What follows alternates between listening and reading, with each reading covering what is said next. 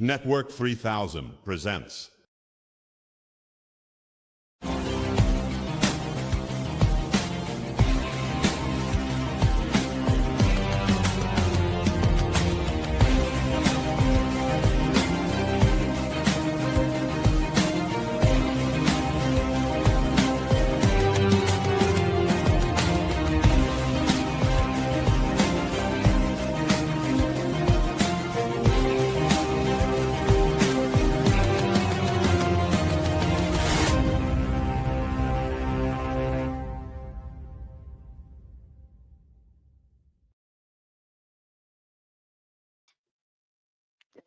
Hello everyone, I'm David here and welcome to the next edition of the 3000 Hangouts here tonight on this February 11th, 2026 at 9 o'clock p.m. Eastern Time. How is everybody doing here on this Wednesday night? And hello there to Dom, Jeffrey, Dante, Nicole, and Justin. And it's the 3000 Hangouts they're getting, not the 300 Hangouts. Because that would be a new show coming on February 30th, 2034. But I have a little bit of a rant to get started here tonight before I let folks in. Okay, it's not gonna. My rant is not about the Super Bowl, as some of you might have expected, but that'll be there on in the show. It's about the NBA, because it has to do with a guy, uh, y- you know, one not really one guy, but a group of guys, aka players, that decide to get injured a lot in this game nowadays. Okay, I was looking forward to watching Steph Curry versus LeBron James to get LeBron James's butt kicked by Steph Curry. Well, actually, by performance wise, but I wanted to see a classic game because that's one of my favorite rivalries to watch. Steph Curry on the Warriors and LeBron James on Lakers. I see your camera is turned off. Let me know when you're ready backstage. So I'm gonna say this, okay? People pay tickets to watch these games, and for players like Steph Curry, one of the greatest shooters in NBA, to set out that game, that particular game, that one of these days I want to see in person, Steph Curry versus LeBron James before LeBron retires, which it may never happen. May never happen because of everything going on. But for Steph Curry to be injured, the day before, and not just my little beef about that particular last night, the Los the Los Angels, not Angels, Los whatever they call them, Lakers, Los Angeles Lakers. Sorry, that's how mad I am about this. They set out all their five regular starters. It was like a day off for the Los Angeles Lakers. I was watching a clip of the Stephen A. Smith show. Okay, when he said that all the five stars of the Los Angeles Lakers, set out that game, I was like, you gotta be kidding me. What were the reasons? Some of them were cramps or whatever he said about the reasons why those players were set out. I mean, golly, you're supposed to play the game, not set out. All five regular stars for the Los Angeles Lakers on that particular game last night. That's how they got blown out by the San Antonio Spurs. Five regular starters for the Los Angeles Lakers. Fans are paying tickets to watch those games. And that's what I hate about the NBA. When you go to a game, you see one of your favorite players not playing that particular night after you pay all that money to watch that game for that player. And not only that, it could have been a Christmas present or a birthday present. Hello there, Joey. Hey, everything all right? I was ranting about the NBA with the players sitting out. Like last night, all 5 regular stars of the Los Angeles Lakers all sit out. And I'm just like, fans are paying tickets to watch these guys play, and yet JJ Redick, I believe, is their coach, right? Yeah. Just decided to say, oh, all you guys are not playing today. I'm like, what? It's Los Angeles. If you want to be like the Dodgers, you're not supposed to be like this. Yeah, that explains why they lost by 28 points. By San Antonio, yeah. Well, So, San Antonio is the better team. They're 37-16. So, but to be down yeah. 17 points after that first quarter and be down 84-55 heading into the half last night, that's pretty Yeah. bad because Bronny was one of their top 3 scorers. Hmm. He had Yeah. 12 points. That's how bad that was. Wembanyama, the big 7'4" guy, he has more career 40-point games now than Tim Duncan had in his entire career. Hmm. 6 in a couple seasons. Tim Duncan only had 5, and God knows how long he played. 21 years? Yeah. Ridiculous at that point. How can you do it? Almost on out. Almost on has I've been alive. But then again, I don't know. By the way, don't forget, you guys are watching right now. Go on Red Radio on the Red Radio website, and you can listen to my new radio show I debuted last night. David in the evenings, which is from 11 to 1 a.m. Eastern time. You can listen to it live via the Live 365 app. And if you have a song you guys want to request, you can send it to me via direct messages and all that good stuff, and I'll give you a shout out.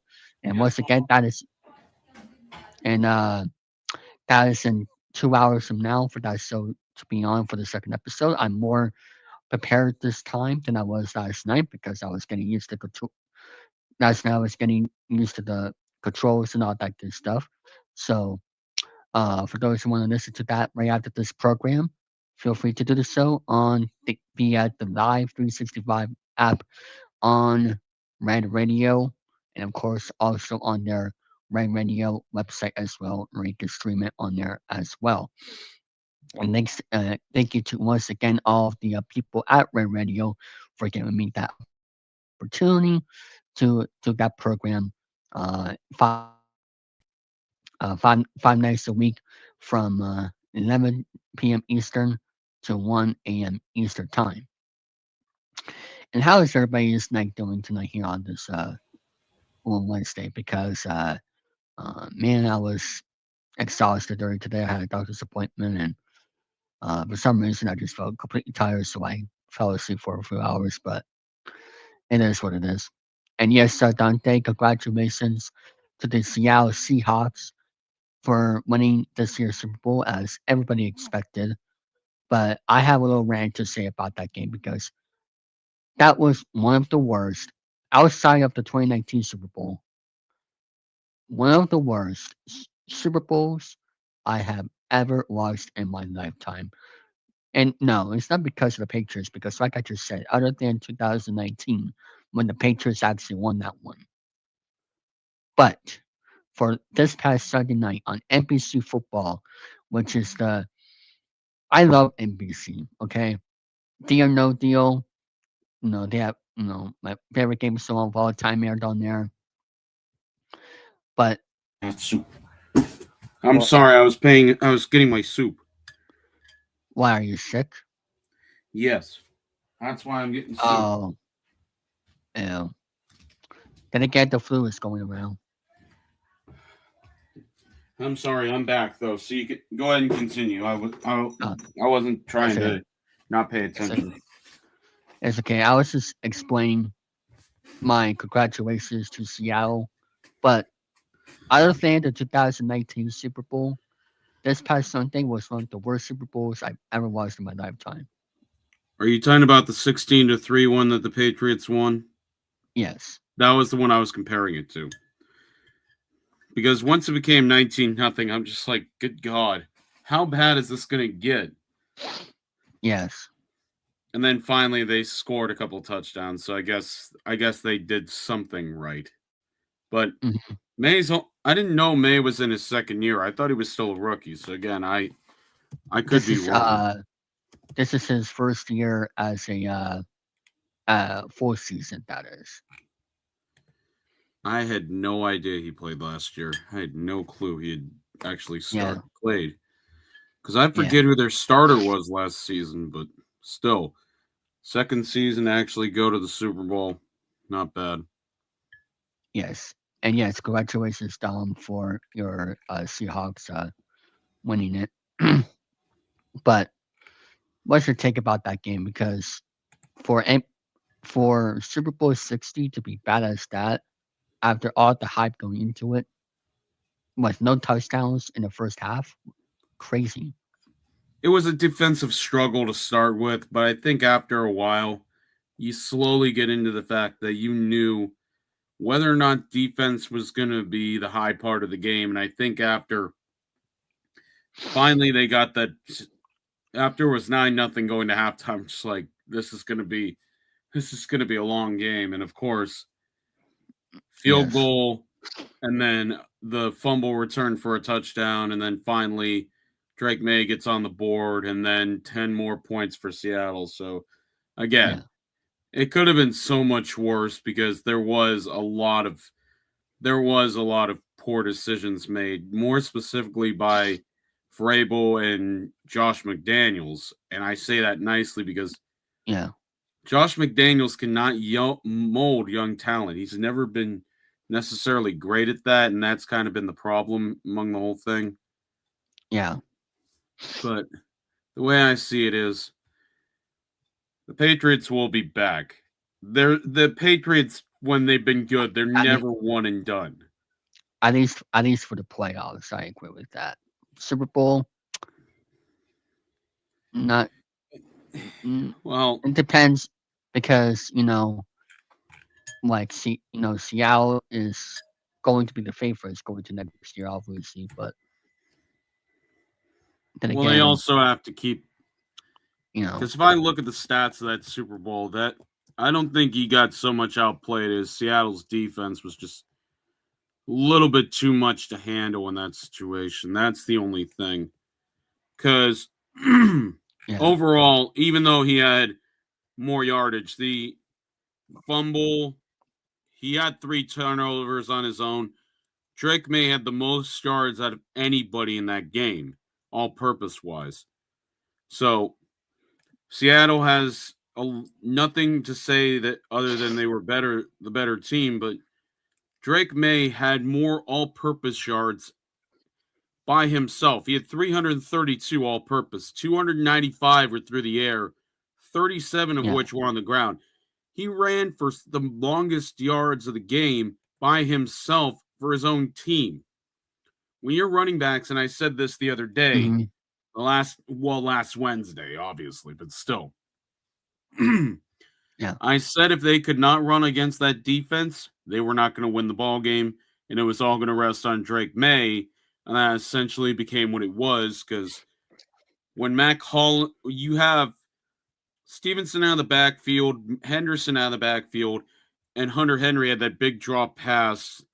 He dropped the pass, and they got smacked right in the mouth. There's always going to be another reason why you couldn't get it done. Another thing was their defense. Yes, they got 1 sack, but they didn't get any turnovers against Darnold at all. They sacked him once, no fumbles, no interceptions, no nothing. Seattle's defense had more sacks in general, just on May. They had 6 sacks because that offensive line crumbled because they had they weren't ready for it. The same thing happened with the Mahomes-led offense last year in the Super Bowl when they faced the Eagles. If your offensive line is not ready for a good defense, you are in trouble. And that's exactly where it came from. I mean, even though that game last year was also boring, with the Chiefs, you never know when it was time for them to start coming back. So that's why he had to still keep. I know both teams were still in the game towards the end, but at least last year's Super Bowl there was more offense. For what I'm Well, there trying to was say. 62 points last year between the two teams, most of it happening in garbage time. And if you're wondering when games start for spring training, it's next Friday. Yeah, I knew about that part. I was just wondering when the players report is not the pitchers and catchers report. Players report to spring training. Seahawks are the first team to ever have a postseason without committing a turnover, according to them. That's how you win. How you win the Okay. Super Bowl is that if you don't turn over, you're gonna win the Super Bowl and perhaps the whole postseason. That's what the game. So it depends on which team you're asking about because Arizona, let's see, the Diamondbacks, the Giants, the Padres, and the Rangers are in the Cactus League. They all and the White Sox as well. They all report for the first full squad workout this Sunday, February 15th, as do Okay. the Braves, the Red Sox, the Tigers, and that's it. Okay. Most other teams come in on the 16th, which is Monday, and the 17th, which is Tuesday. That's fair So enough. those 3 days. That's fair enough. And I just want to highlight this comment here of what Dom said. The Seahawks are the first team to ever have a postseason without committing a turnover, and that is insane. Well, if you're going to win a Super Bowl, if you got to get there, you got to do it any way you can. Yeah. And also, of course, stay healthy as well. Look at Denver. That's the biggest thing is if Denver doesn't lose Bo Nix, it's not going to be the Patriots moving on. It's going to be Yeah. because I don't think the Broncos faced Seattle and lost 43-8. That's the one that they had Manning get the ball snapped over his head. But other than that, I don't think there's a chance they win that game if Bo Nix is quarterback. Yeah. Much smarter decisions would have been made. And that's how Stephon Diggs made it to the Super Bowl before Charles Allen ever did because of that injury. Well, Diggs has also been hanging on for too long. How is he anyway? He's in his 30s. Yeah, that's what I figured. This, I think, is his fifth or sixth. He's 32. He's going to be 33. Okay. But this is his fifth or sixth team now, I think. Yeah, he's on his fourth team. He's been with the Vikings, never made it to the Super Bowl. Was with the Bills for 4 years, never made it to a Super Bowl. Went to Houston, did not make it to a Super Bowl. Finally makes it to a Super Bowl, doesn't do anything in it. But he's getting, excuse me, he's getting older, so that's another issue in his current status is he signed a 3-year, $63.5 million contract, so that's going to be a big one. And Dominic said the Bills' Super Bowl chances are officially closed. I actually said that. So. I'll admit I did said that on Alex's stream as well because of the fact that this was the postseason schedule Josh Allen hoped for, but he still couldn't make it to that promised land with no Chiefs in it. But maybe it will be a more of a reason to say that next year because it's the first year of their new stadium, which I forgot what it's called with their new stadium next year of their name. But with that going to be next year, and Patrick Mahomes is probably not going to be playing next year as well. If So the Bills, just real quick, now that we talked about Stephon Diggs, he's actually going to be going on an arraignment soon. Oh, in court? Yeah, I heard about that. Yeah, he's supposed to go on Friday. He's going to be on arraignment for the strangulation of his personal chef. So there's that. No matter And what, he if couldn't he do anything stupider. no matter what, if he won the Super Bowl or not, he was going to go there anyway. According. Well, I'm pretty sure he's going to get suspended. Perhaps, depending on how many games and what the reason is. But the Patriots signed him to a 3-year deal, so I don't know, like, how that is going to affect that contract. Well, if he gets suspended for the entire season, they don't have to pay him. I don't think they don't have to pay him that full salary. They can always give him a reduced amount, like league minimum. if it becomes that. Yeah. So now that I don't know if we're finished about talking about the Super Bowl now, but yeah, I think now we can move on to a little bit of baseball news with the signings that have happened in this spring training window so far, with a little bit of news sprinkled on top of that. Yeah. So the most recent transaction does involve the AL East, but it doesn't involve the Boston Red Sox, but the Baltimore Orioles. The Baltimore Orioles do sign Chris Bassett, 1 year, $18.5 million to sign him away from the Blue Jays World Series runner-up Blue Jays, who now need a replacement for Chris Bassett. Yeah.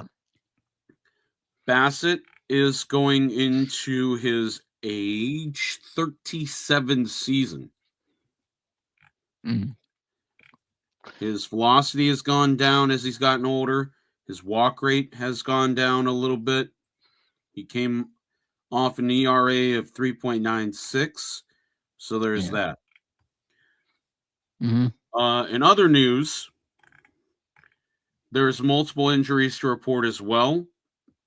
So Francisco Lindor is to undergo surgery for a hamate fracture, the same injury that Jackson Holliday just had surgery on for the Orioles. So there's that.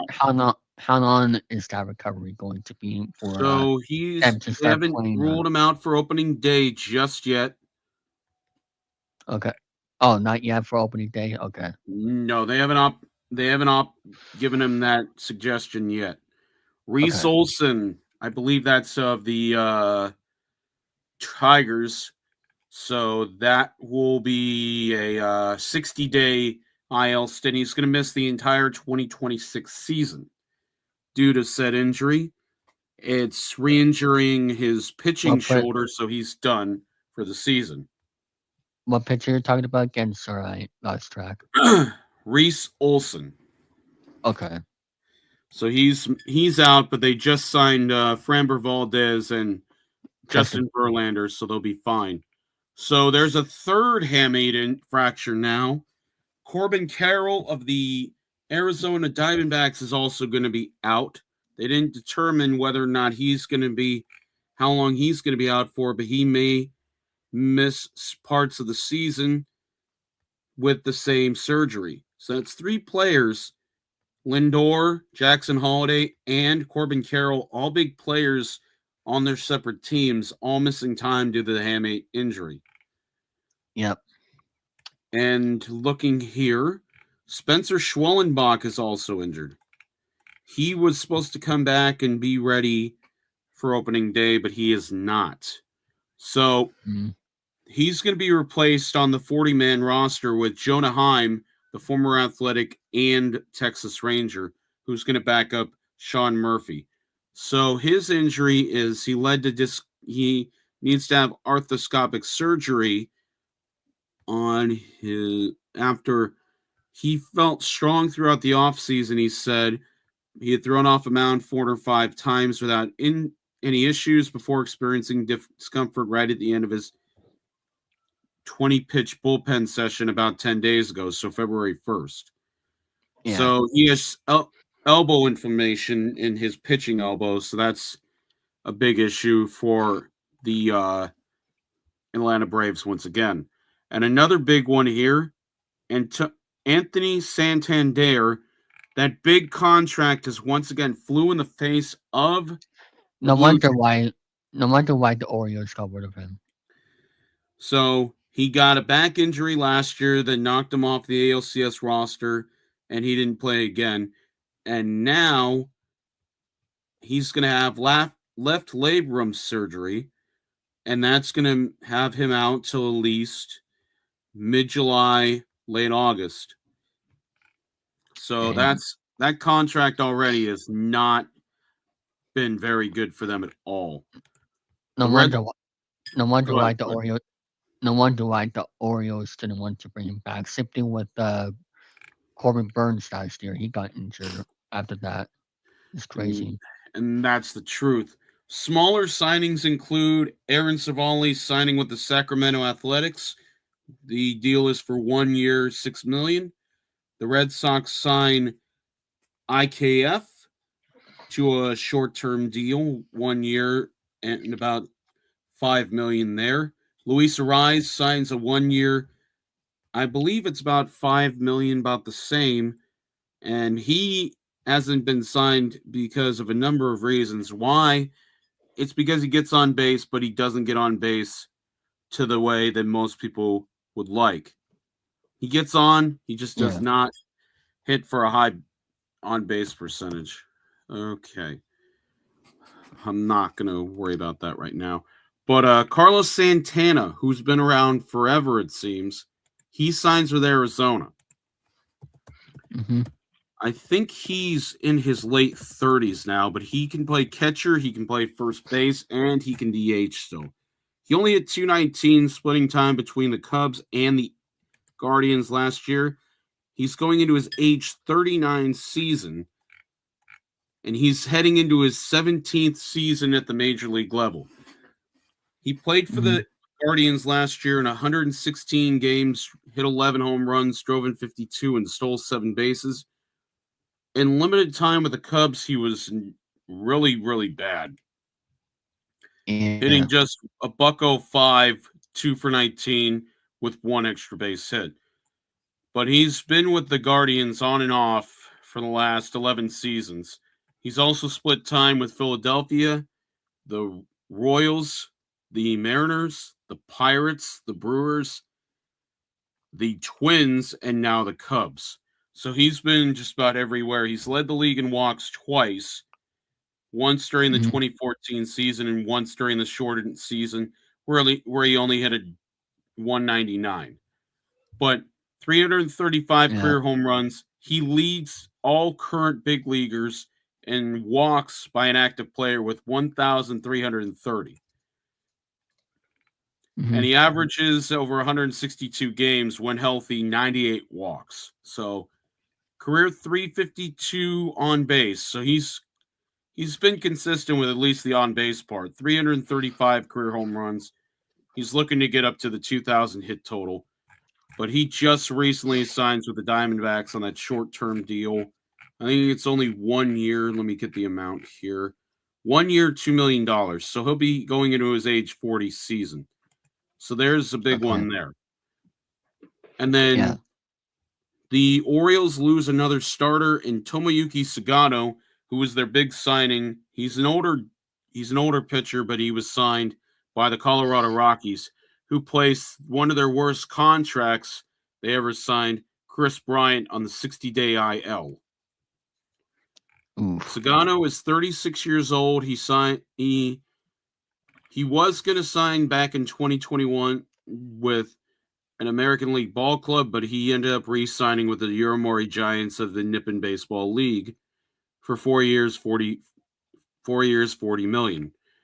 And he was better than both Kyle Gibson and Charlie Morton. But now, after a $13 million deal with the Orioles, he does sign with the Rockies, where he's going to be joining Michael Lorenzen, Kyle Freeland, Ryan Feltner, and top prospect Chase Dollander. He's going to be part of that pitching staff. However, he does have a high home run per 9 rate, so that may not be the greatest thing right now. As for Chris Bryant, he is on the IL again. He hurt. He has a degenerative lumbar condition in his lower back. So he only played 11 games last year. And over the first 4 seasons of the 7-year deal in Colorado, he's only played a total of 170 games.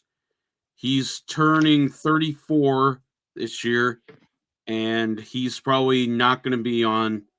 He's going to be out the first 57 days of the 2026 season. He's probably going to be retiring in the next year or two with that back issue. And that's kind of a big one because that will be opening up a lot of room. I think he's kind of got the Anthony Rendon treatment so far right now. But on to the next, Nick Martinez, who I haven't heard of in years, popped back up a couple of years ago in baseball. I remember him pitching for the Texas Rangers a long, long time ago. Came out of nowhere to pitch again. So Nick Martinez has technically, he played in Japan from 2018 to 2021 after a 4-year stint with the Texas Rangers, 2 seasons with the Padres, a very good season with the Reds in 2024, and then a below-average season with the Reds in 2025. He does sign with the Rays. I know it's it's a single-year deal, $13 million, including a mutual option next year for 2020. What that is for, so he got paid $21 million last year with the Reds, so this is a discount to play with the Rays, who normally don't sign anybody. But they have he's 35. He's going to be with Drew Rasmussen, Ryan Peepolt, and Shane McClanahan. And also he'll be there with Steven Matz, who was a Red Sox, if you remember. Mm-hmm. Very, very briefly, he was a Red Sox. Yeah. After coming over from St. Louis. So 2 years, $15 million for Steven Matz, who's going to be at the back of the rotation. But there's nothing else major besides Jordan Montgomery re-signing with the Rangers. Rockies signed Jose Quintana. And the big one, 43-year-old Justin Verlander re-signs with the Tigers. That's been one of my favorite signings of the season, if you will. But the way I see it is this. It's going to be his Kershaw retirement tour. Because I don't see him hanging around much longer. Yeah. And I hope Max Scherzer does the same thing with the Nationals. But then again, they're a terrible team. So the only reason I say that is because he just passed his 20th year of service time.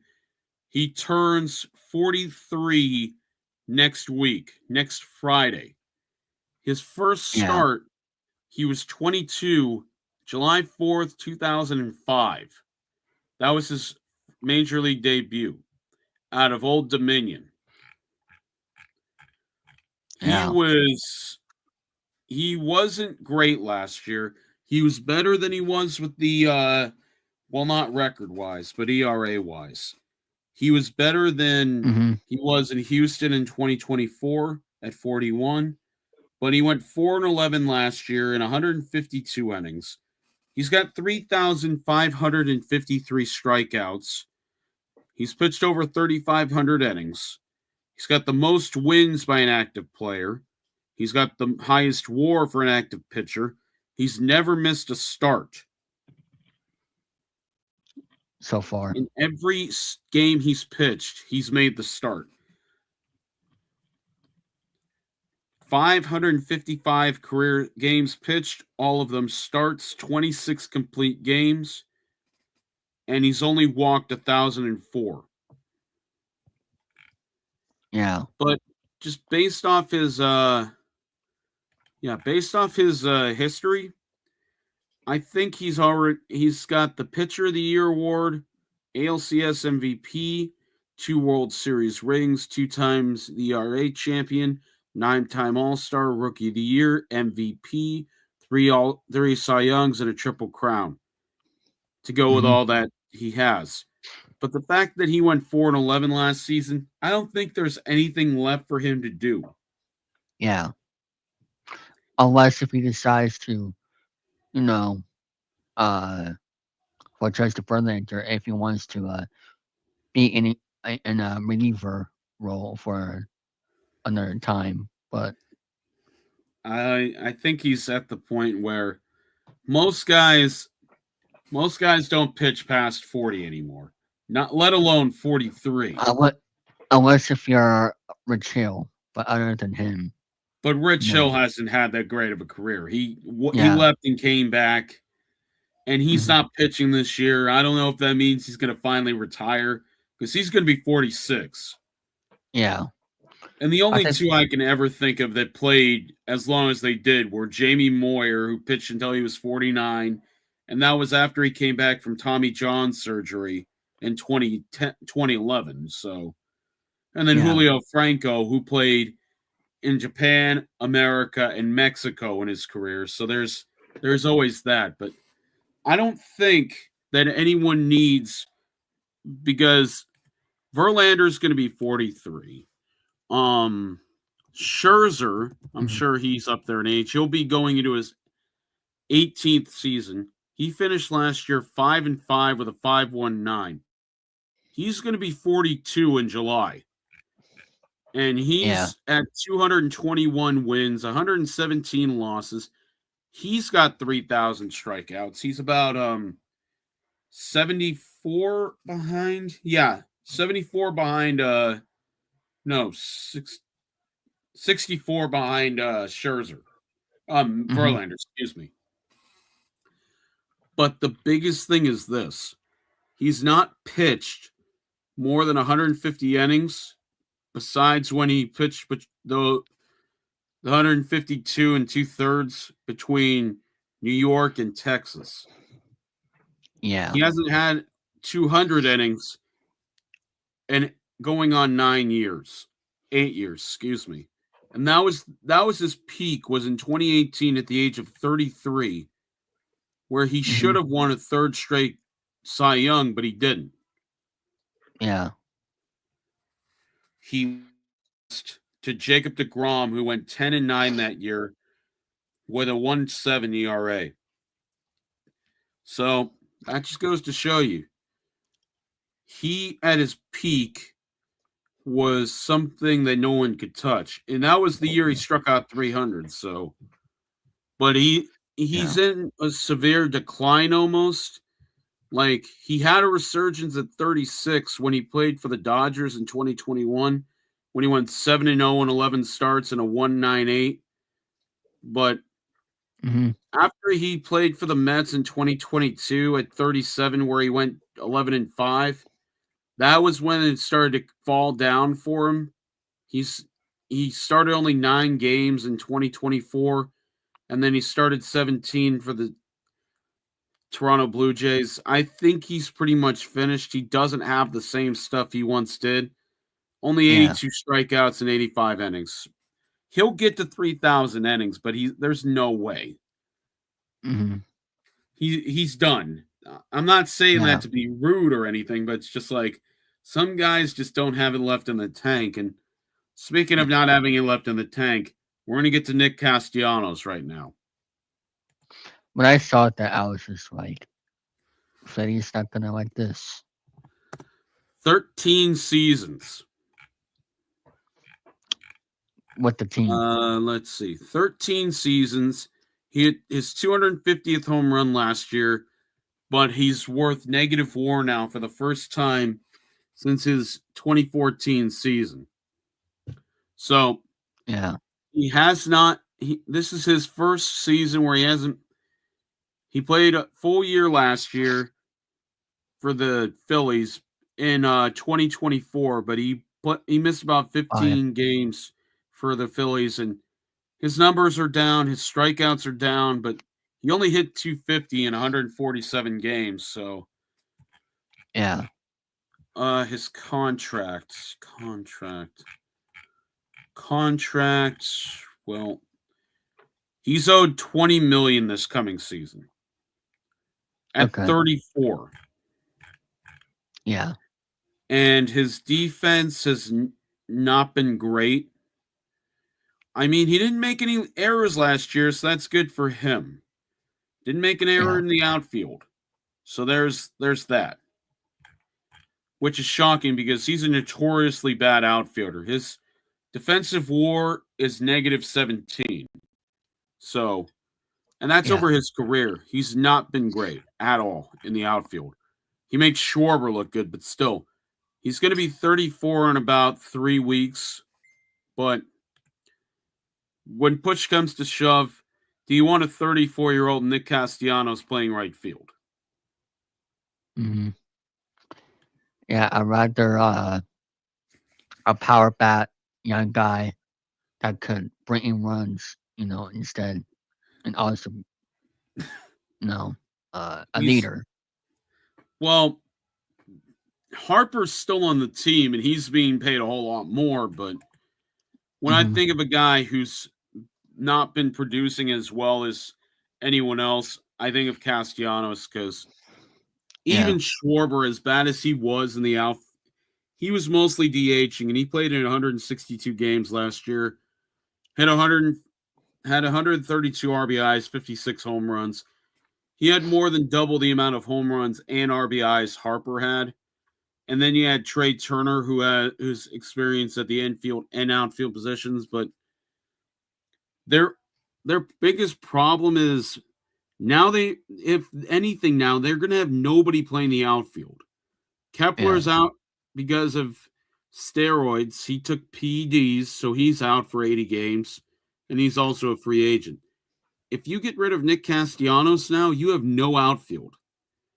Your Yeah. only other outfield who even played outfield are Johan Rojas, Harrison Bader, who isn't even on the team anymore. He's a Giant. And he only played 50 games for him, but he hit 305. If But that's your only remaining starting outfielder right now is Brandon Marsh, who hit 280 last year. if that is the case, I will not be surprised if they want to trade with the Red Sox for an outfielder from us.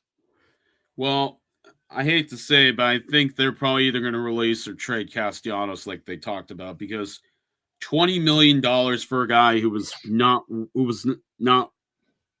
worth positive WAR is not good, especially in his Agreed. case. Because Agreed. the biggest thing here is now when your best outfielder in the backup role isn't even on the team anymore, I think that's a problem for him is they let a very productive outfielder, and yes, Harrison Bader only has 1 Gold Glove, but Yeah. in his time between the Twins and the Phillies last year, he was worth 4 WAR, and that's just on offense. His defensive WAR was 1.4, so he was worth 4 WAR across the board, but they didn't go and keep him for what reason I'll never know, because his D WAR Yeah. is out of, excuse me, throughout his career, his defensive WAR is an 8.1. So he saves 8. They win 8 more games due to having him in the outfield, which is something to think about because there's no way Nick Castellanos is going to win you games. Yes, he could throw guys out, but there's not much value out there for him elsewise. You need better defense in order to win games, in the postseason. And that's look what happened to the Red Sox. They were in last place. I mean, they were in first place with errors, and look what happened. It cost them in New Well, the York. biggest thing now is when you have a team like the Phillies, despite the whole Mhm. thing with Orion Kirkring, even if he doesn't throw the ball away, they were so bad offensively. That's their biggest thing is they need a guy from in the outfield who can actually get on base and knock the ball in and knock runs in. They need a defense first guy who can still get on base and win games. But the biggest outlier that I saw on that Phillies team, you remember Walker Buehler when he played for the Red Sox this past year. He comes in. I saw him on opening day, it was opening day. He goes to Philadelphia, plays in 3 games, wins 3 games in the 3 appearances in 2 starts. 13 2/3, gives up 1 earned run, 10 hits, walks 6, strikes out 8. His ERA was .66 in those 3 appearances, and that led him to have a 7-7 record. That stint with the Red Sox was not great, but now... So Paul Goldschmidt is headed back to the Bronx, by the way. Yeah, 1-year deal. So that's actually good because they actually have a guy who can play first base. Yeah. By the way, is Walker Buehler still on the Phillies? Or am I doesn't say. Because I'm looking at Baseball Reference, but I can look up regular. Let's see. Baseball pitcher Walker Buehler. It's free agent. I just saw Walker Buehler on opening day at Fenway last year, and you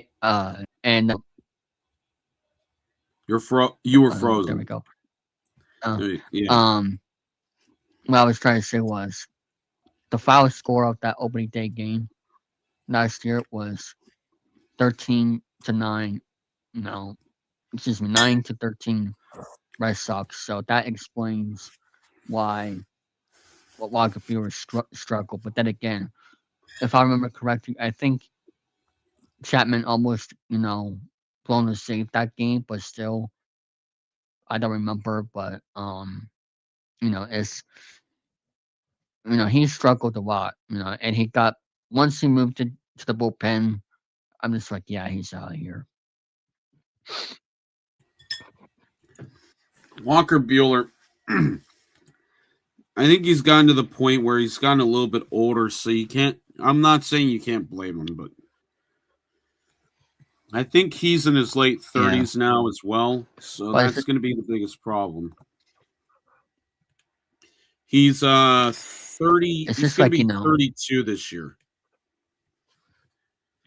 So he's still there. He's still out there if someone needs an arm, but I wouldn't say that he's going to last out there forever, to be honest with you.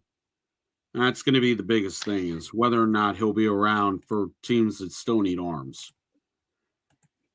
It'll be funny if he came back to the Red Sox, but I don't see that happening after last year when that didn't work out. You have to be a real masochist to try and bring somebody back like that, especially with how bad he was. I think he's waiting for it. I think he's waiting for an injury to happen before he comes back. Or maybe he might go back to the Dodgers. I don't know. Because that's his home. But then again, who knows? Let me see if anything's happened in the NBA recently. So I do have the NBA scores if you want to know what's going on with that. All right, go ahead. So there is 2 finals, right? Three finals. The Hornets beat the Hawks 110-107. The Bucks win 116-108.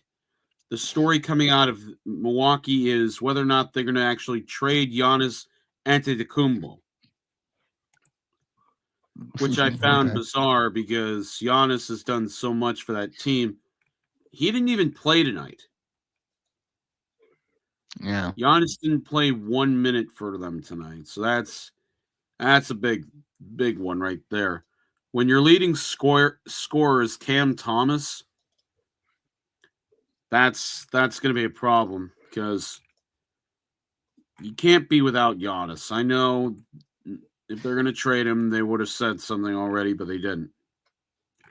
Wizards get destroyed by the Cavaliers, who are now 34-21. Go ahead. Yeah. No, go ahead. I ahead. was going to say, did the Celtics play today? Oh, I was going to get to that in a moment.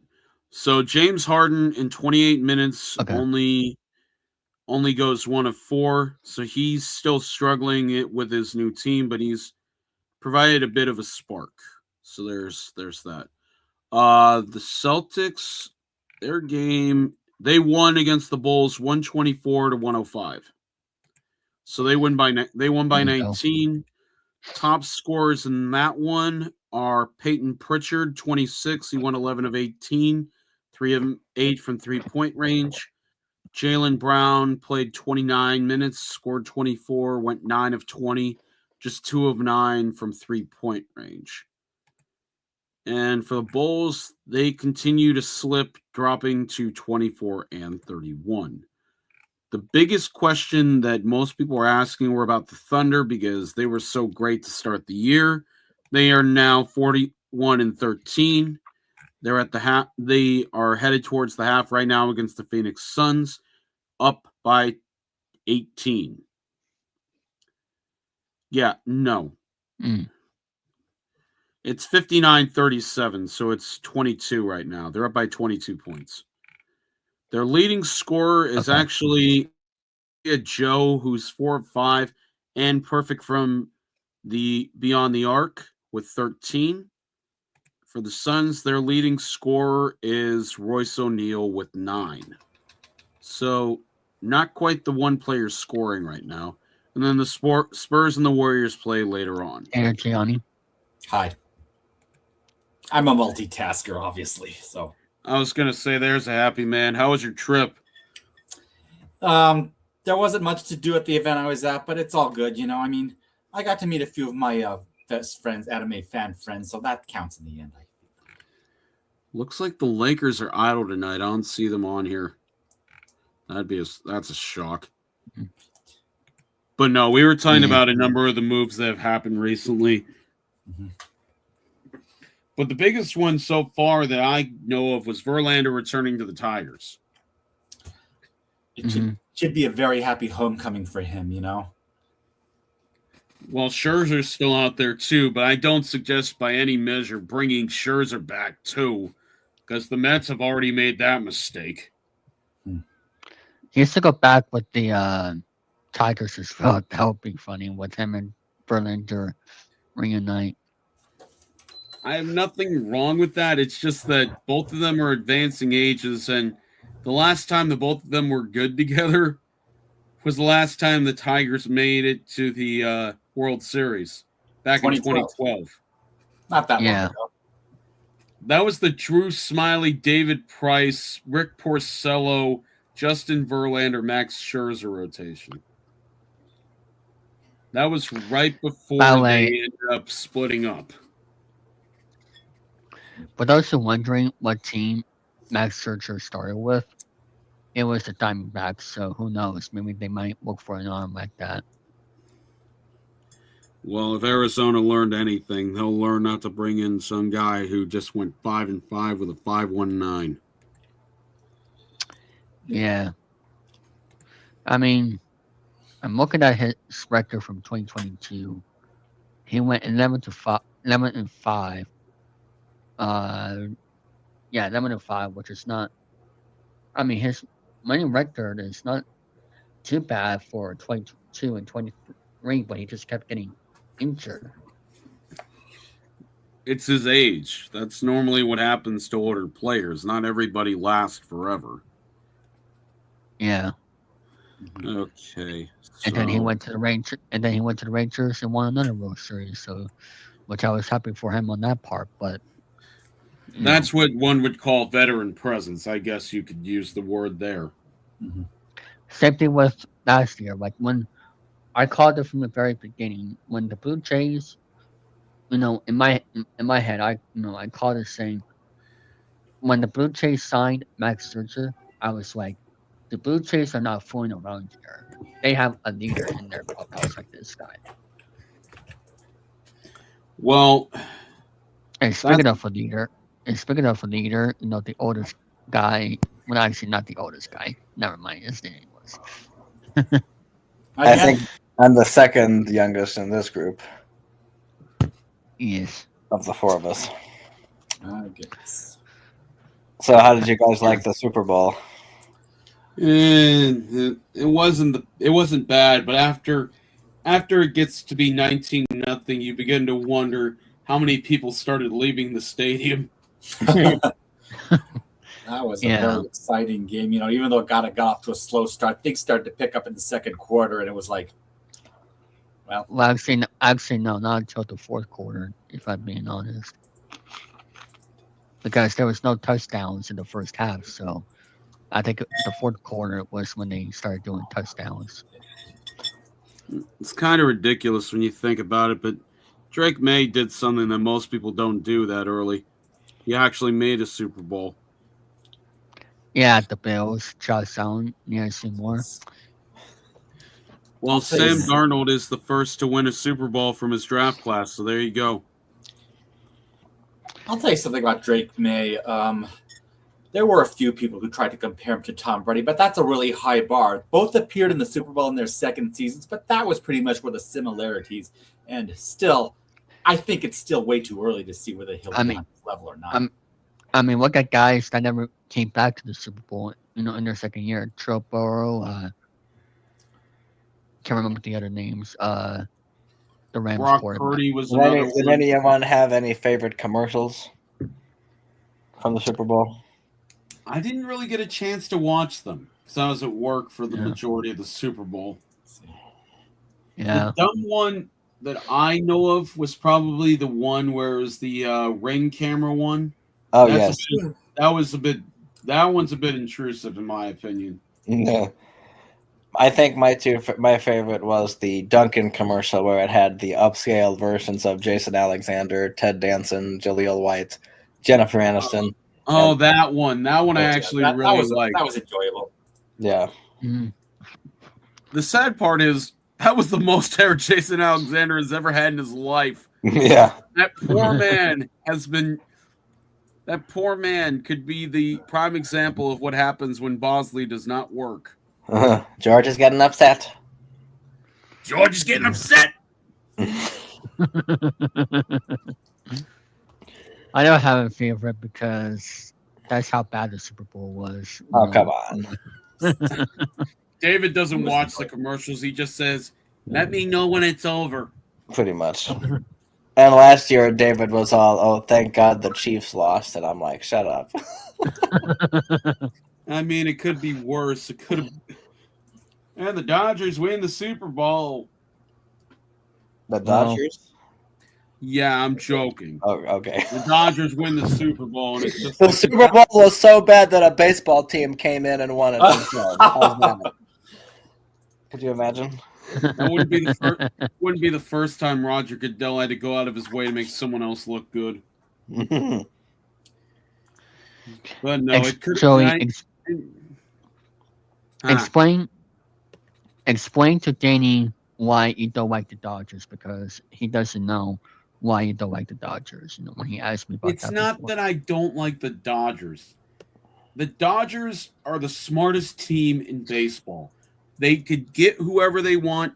They don't have to pay for it if they don't necessarily want to. They literally pick up unwanted players, and they better because they pick up these unwanted players. It's not a hatred so much as it's just like, damn it, why didn't someone else think of that first? Attitude. It's always, oh, hey, they thought of this first. I have a right to be mad at them. Mhm. That's the attitude of it.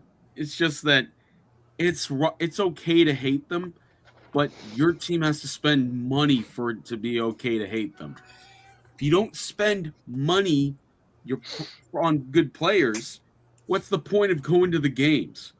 And that's why ownership sucks. That's why people hate the Dodgers so much, is because they actually went and spend money every year. Every other team does not spend money, and that's why it's so hard for people to say, "Oh, I should hate my team's ownership." No, they go for the low-hanging fruit, and they hate the Dodgers. I actually met the owner, John Henry. He was good to me, but I just wish that he spent more money.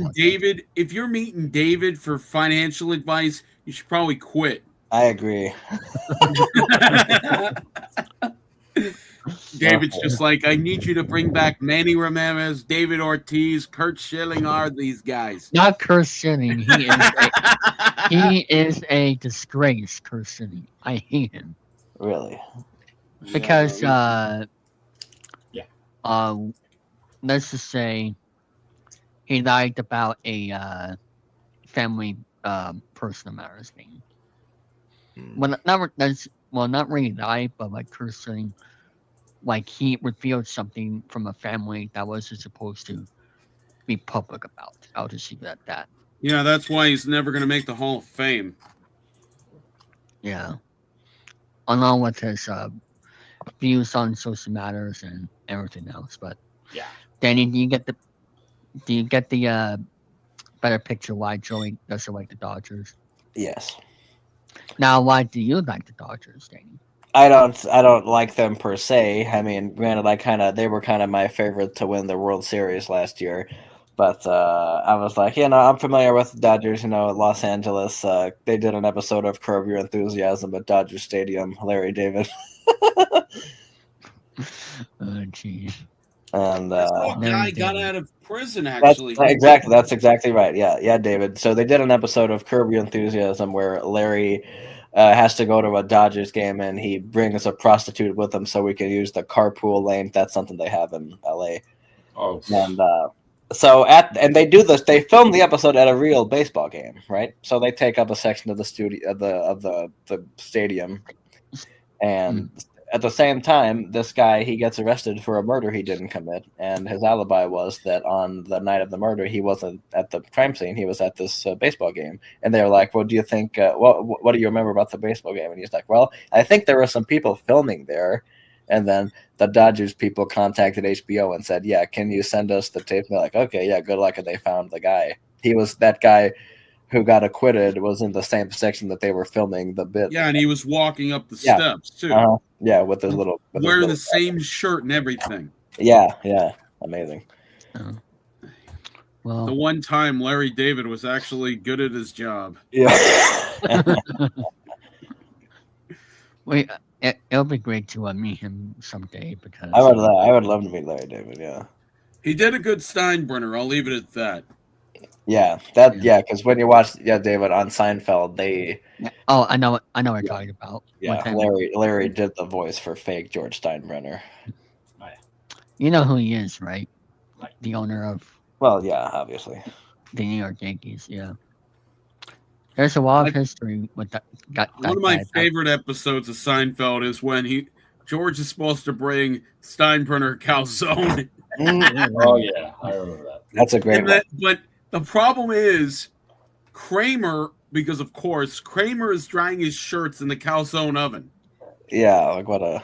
And then he's he gets all mad and everything. He's on the phone with somebody. He says, "If you don't like it, you're fired." And he's just like, "No, you're not fired. I'm sorry. I'm just a little hungry." And he says, "I'll call you back." He hangs up the phone and he goes, "Well, I can't smell right now because mine's stuffed up." And he starts sniffing and he's just like, "Costanza." And he's in this building. He's got the calzone. Costanza! Yeah. And he starts running, and then eventually he runs into Kramer. He's like, "You're not Costanza." Not yet. I can't imagine somebody runs around looking for a calzone, and they find some guy who smells like a calzone oven. And what about Kramer when he's fucking arguing with that guy in the calzone restaurant, wanted to pay him in like 3,000 pennies? Oh, God, That's crazy. About that. That's crazy. He wanted to pay him in 3,000 pennies. At least, yeah. How that doesn't exist anymore, pennies. Oh, they still exist. The funniest thing is, some guy got pissed off. It was about a parking ticket. He brought a wheelbarrow full of pennies to the DMV, and he did this. He went, oh my God. He dumped it all over their floor. I think it was $7,000 in pennies. $7,000 in pennies? Wow. In pennies. So think of how many pennies are in $700. That's 7,000 pennies. Oh my. Yeah, and that's all over their floor, and they had to count every single one. It took them hours because you know what? The penny went away just like David's love life and the Patriots. Oh, Yeah. Ouch. Tyler, go Ev- back to Baltimore and be happy with yourself, please. Baltimore. F you, Tyler. At least my Patriots have more Super Bowl wins than you. But Now who won? Now these two teams. This was a rematch of the Super Bowl teams that played this year. So who won the last time they played each other? Seattle lost, actually. Seattle lost. That was the Malcolm Butler. Yeah. That was the Seattle not running the ball at the goal line, the beating of the dead horse. That horse has been dead for a decade. It's just a skeleton at this point. But Seattle got its win back. That's what's important. And you know something? For me, as a Seahawks fan, I'll tell you something. I already let Super Bowl 49. I let it go like Elsa a long time ago. It's just one of those things where it's not so much that they made the wrong decision. It happened. They still won a Super Bowl the year before. They've got 2 Super Bowls now, so it's just like, what are you going to do? mm-hmm. Like, you can't, at this point, this is the first Super Bowl they've made since the one they lost, the one they beat the Rams in, I think. This was their first one in 7, 8 years, I think. Okay. I'm not quite sure. It was the first one since 2019, I think. No, 2018, because 2019 was the year the Chiefs and the Niners faced each other, I think. But again, I don't know. You know, But still, that was huh? that was the 2020 Super Bowl before Brady the next year. So Right. But still, the Seahawks got their second ring. The Browns still haven't gotten a ring. The Jets still haven't gotten a ring. well, one ring, 1969. 68. So it's Well, been a long still, time. think about it this way: there's a 58-year-old Jets fan who was born the day of the Super Bowl and hasn't seen one since. That must be one hell of a life if you were born the day of the Super Bowl and your mommy and daddy gave you one of those Jets onesies that said Super Bowl champion on it, and you have it for your kid when they're going to win the Super Bowl again, and your kid is now over the age of 21 and able to drink, and it's just like, Dad, I don't think it's going to happen. I made a mistake last week when our guest was talking about, there's still teams looking for a Super Bowl, and I was just like, the Jets, and I see more, even though they won one ring, but they haven't, like, that was so long ago, any of us have never experienced that in the 21st century, so it's just like, you know what I'm saying? Like, technically, they haven't won anything since then, so it's just like, yes, they got one ring, but they haven't won any rings since then, and that was so long ago before, that was like after the Peanuts started. Well, the biggest one that I know of, the longest drought for any championship was the Cleveland Indians / Guardians in 1948. Wow. That is a 77-year drought. Good Lord. Yeah. Actually, I'm going to tell you something. They're close by 1 year. That honor goes in all the 4 major sports goes to the now Arizona Cardinals, who haven't won since 47. They relocated quite a few times, although their past 2 moves had St. Louis, Phoenix, and now Arizona. So yeah, the football Cardinals have the now Guardians beat by a year, so to speak. And that's insane to think about because they were so close in 2008, but a toe tap touchdown by the Steelers won them a Super Bowl, and that's the closest they've come since they lost to the Packers. So Arizona will eventually get there, but I think it'd be incredible, and I hope it doesn't happen to any team, but 100-year drought in football. Oh dear. You only play 17 games now in a regular season. You play 3 games, 4 at the most, to make a Super Bowl. How bad is it that you don't make a Super Bowl in a 17-game season? They haven't been great since then. They've had one good season in 2015, and even then they lost to Cam Newton, who is now not since retired, but was so terrible that nobody wants him to play quarterback for him anymore.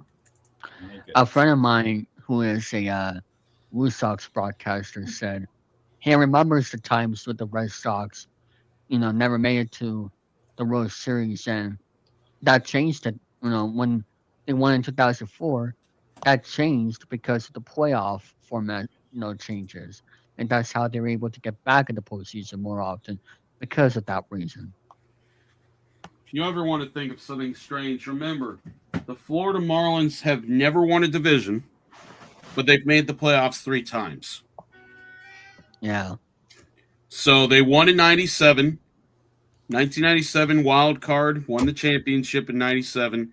2003 won the wild card and went to the World Series. They would have to wait another 17 years. They would make it past the Cubs. Hey, how's that Lamar Jackson contract coming there, bud? You think Derrick Henry's going to carry him a bit longer? Yeah, that Cubs drought was 108 years. I remember the night that they ended up breaking that drought. Yeah, I know about the Leafs. They surpassed the Rangers drought in 2021. Yeah, it sucks. Because I know it's not easy for the Maple Leafs either. Yeah. Because they had Gretzky, I think, at one point, if I'm right. They never did.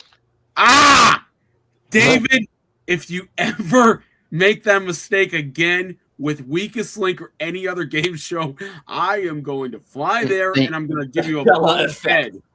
Make a mistake about what? Gretzky playing for the Maple Leafs. I'll never forget you got that wrong. He was first with Edmonton, then he went to L.A., and then a stopover in St. Louis, and he concluded it in New York with the Rangers. Yes. Speaking of Weakest Link, this little smug wanted me to play a game because he wanted me to be part of a balanced format, and I was having the flu, and I messed up. You didn't mess up. You got a question right, but the point is that I made sure that all of the players weren't necessarily the best people at trivia, so the playing field was even. I'm sorry, but how in the hell did you manage to make it so even? It's so easy. David couldn't have lost. Well, he did. Well, he got voted off in the second round, and then it was like. Because that is why I've learned you say bank after every 2 to 3 answers. Make sure. Well, sometimes it works, sometimes it doesn't. But I would like to host another Weakest Link game this time with maybe at least 6 players, because I did a pint-sized version with only 5 people, and you do it. Oh, it's not easy that way. It's really not. You know something, Tyre? I saw a stat about Tom Brady when he won the MVP. He didn't win a Super Bowl, but when he didn't win the MVP, he won the Super Bowl. And I thought it was going to happen to Drake May, but I guess that curse doesn't happen with Drake May like Tom Brady. Not everybody's going to be Tom Brady, and not everybody's going to be Trent Dilfer. Also, Philip Rivers. Oof. Well, Philip Rivers came back and was old and fat and somehow still managed to have a couple good games. So that's easier said than done. Yeah, like Rummy. Wait, what? Why do you do this to yourself? You set yourself up for one thing, and he's bigger than you. It could throw you like a shot put. Yet you flap your gums, and Danny's not going to protect you. That's what she said.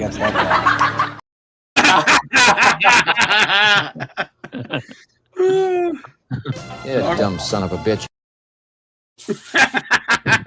So, David, let me ask you this. Would you want to play Weakest Link if Joey was on your team? If you pay me money. 56 cents an hour. No, more like 56,000. I need money. You wish. I'm You Dave wish. Dennis. I need Redbubble money. I haven't bitched about that in a long time, mostly because I got a day job, which pays the rent. Hey, Danny was wise. He didn't quit his day job. No, I just got a new one. It's always good to have a day job, but never have a nightcap. No, and there's no nightcaps at this current job. That's one of the perks. Not yet. Unless we were calling people in like England where it's 3 a.m. when it's 3 p.m. for us. But no, we don't Oh have. my god! A call center at 3 o'clock in the morning. Could you imagine? Hello? Go to bed, David. Imagine Danny calls my phone number through the call center. I'm just like, shut up. No, I wouldn't do that. No, it's just like, Danny, who are you calling? And it's just like, oh, this is just some schmuck I know. Exactly. From Massachusetts. Yeah. It's just like, why the hell are you making a collect call while you're on the job? Collect call. Do they even have those anymore? They still do. They still do. And for those who are too young to remember, when you couldn't afford to call somebody, you used to have to make a collect call, pick up the payphone, and say the message as fast as you could so somebody could come pick you up and then hang up the phone, and then the person who got the call would have to not accept the charges and then go get you from wherever payphone you picked up. Right. Like that Geico commercial where the guy's calling his friend saying, "Who is this? It's Bob. We had a baby. It's a boy." And then his dad answers the phone and says, "You accept a collect call from Bob. We had a baby. It's a boy. Wrong number." And then it's like, "Oh, it's Bob. They had a baby. It's a boy." You just did it nonchalantly too. That's the best part of that commercial. Imagine Danny calling me. I'm just like, I know this smart from Massachusetts who hates the Cowboys. Yeah, go Cowboys. At the Super Bowl party I was at, one of my friends was making fun of the Cowboys because one of my other guys there said something like, "Oh, this is going to be my year," and then my friend said, "You sound like a Cowboys fan." It's crazy how they are now the only NFC team that has yet to make it back to the conference championship game in this century. Washington finally reached it a couple years ago. I completely forgot Washington was once good this century. Yeah. It's not that I mean that in any way, shape, or form. It's just that Jaden Daniels was good when the coaching staff wasn't. Yeah. But Johnny is right. Every team has made it to the conference championship game at least once. That doesn't include Cleveland. Mm-hmm. The closest Cleveland has come was 24 years ago, where they were in the playoffs against the Steelers, and they would go on to lose that game 38-33. Yeah. Tommy Maddox was the quarterback for that game, by the way.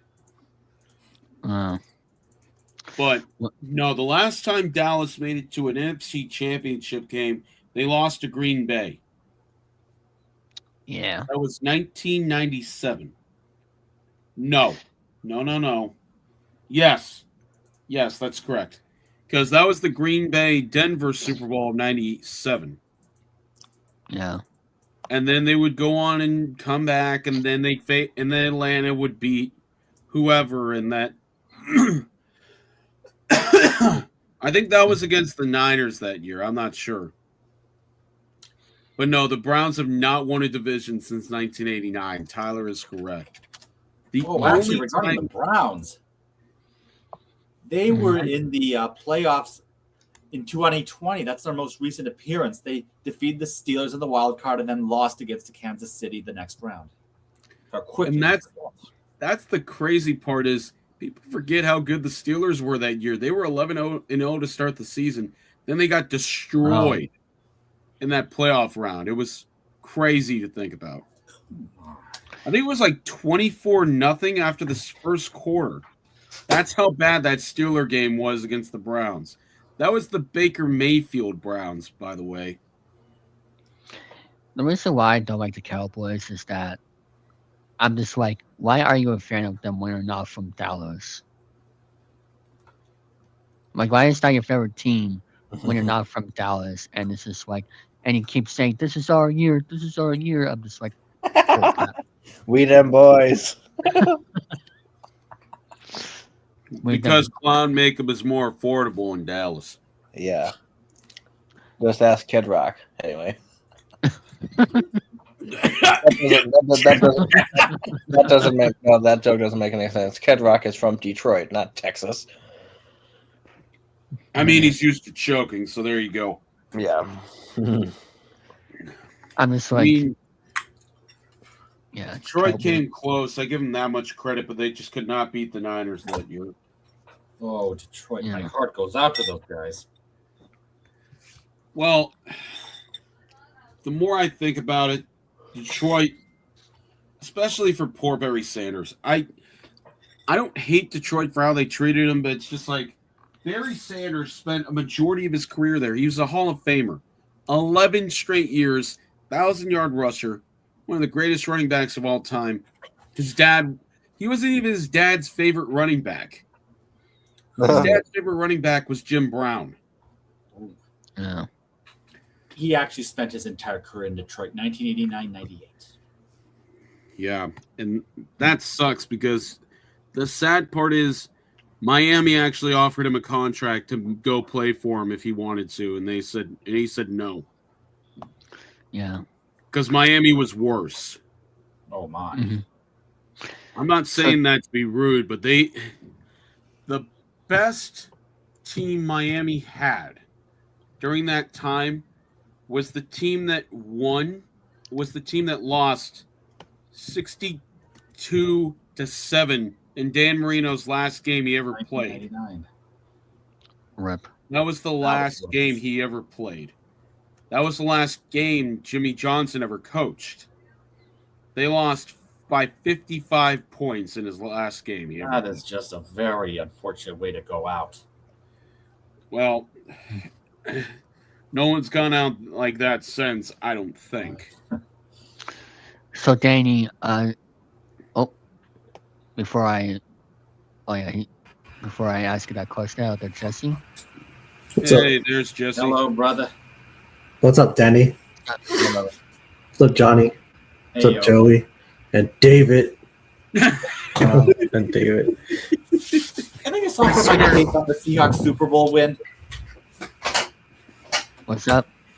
Well, for one thing, my expectations were not very high at the start of the season, but Forrest Gump was right. Life's like a box of chocolates. You never know what you're going to get. Yeah. And secondly, there are some parallels to the Boston Red Sox and the Patriots 20 years ago that I can see happening to the Mariners. In 2003, the Red Sox lost in the ALCS. A few months later, the Patriots won their second Super Bowl. And the way I see it, given that, there may be hope for the Mariners yet.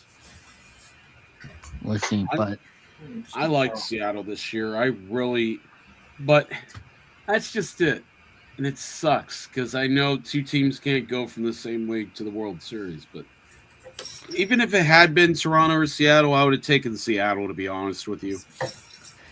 speaking of the World Series, Danny, what was the more enjoyable experience for you, watching the championship game of the World Series or the Super Bowl? Oh, definitely that last World Series game. That was a nail biter. That was crazy. Yeah. Yeah.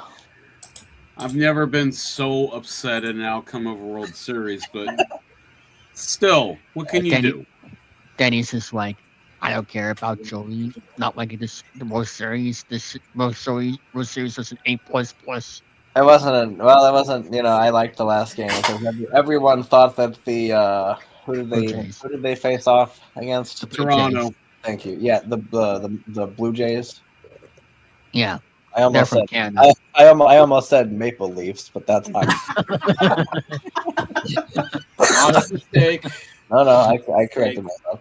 But yeah, everyone thought that during Game 6, everyone thought the Blue Jays were going to get it. Then they were like, no, are we actually doing this Game 7 bullshit? Yes, we are. And then they had that last game, and everyone was like, oh no, what's going to happen? And the Dodgers won. And Danny's like, I'm going to have a party, a Danny party. Yes, Danny parties are the best parties. That's the truth. The Lewis Don't parties. worry, I'm not crying. I'm just trying to make sure I don't die without being able to breathe through my nose. Oh, I know that feeling. You ever have laryngitis where you lose your voice? I don't recommend it. I used to do a lot of yelling when I was in high school. I used to have laryngitis every Saturday. My man. Oh, from football. Yeah.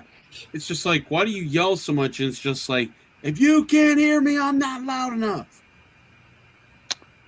Wow. But still, no, laryngitis is not fun. It's because you lose a lot of when you can't go deeper because your vocal cords are so strained.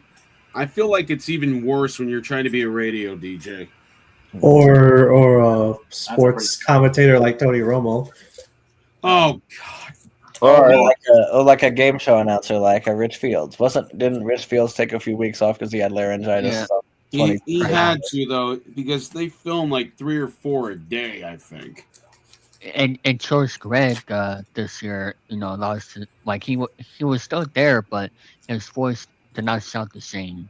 A few times this year. So it's the constant strain, because most times when they say if you want to keep your voice smooth, I think it was like tea and a little bit of honey. That's how they said that's how you keep your voice smooth. Because it's the what was it? Hot honey mixed with hot tea. It loosens your vocal cords. I don't know what the saying is, but it's supposed to help. Let's see, am I getting that? But yeah, George Gregg was like he was still on the Price is Right. It's just that his voice, like it sounded like he was losing his voice, at the time, a few times this year. So, but he was still able to do the program. It's just but still. Wait, what happened now? Any breaking news? I'm just laughing. I'm laughing about something else. It doesn't involve you four, but I'm laughing at something else. Oh my! The one thing I miss is I don't always talk about it, but the old vest baseball jerseys, I miss those. Oh yeah.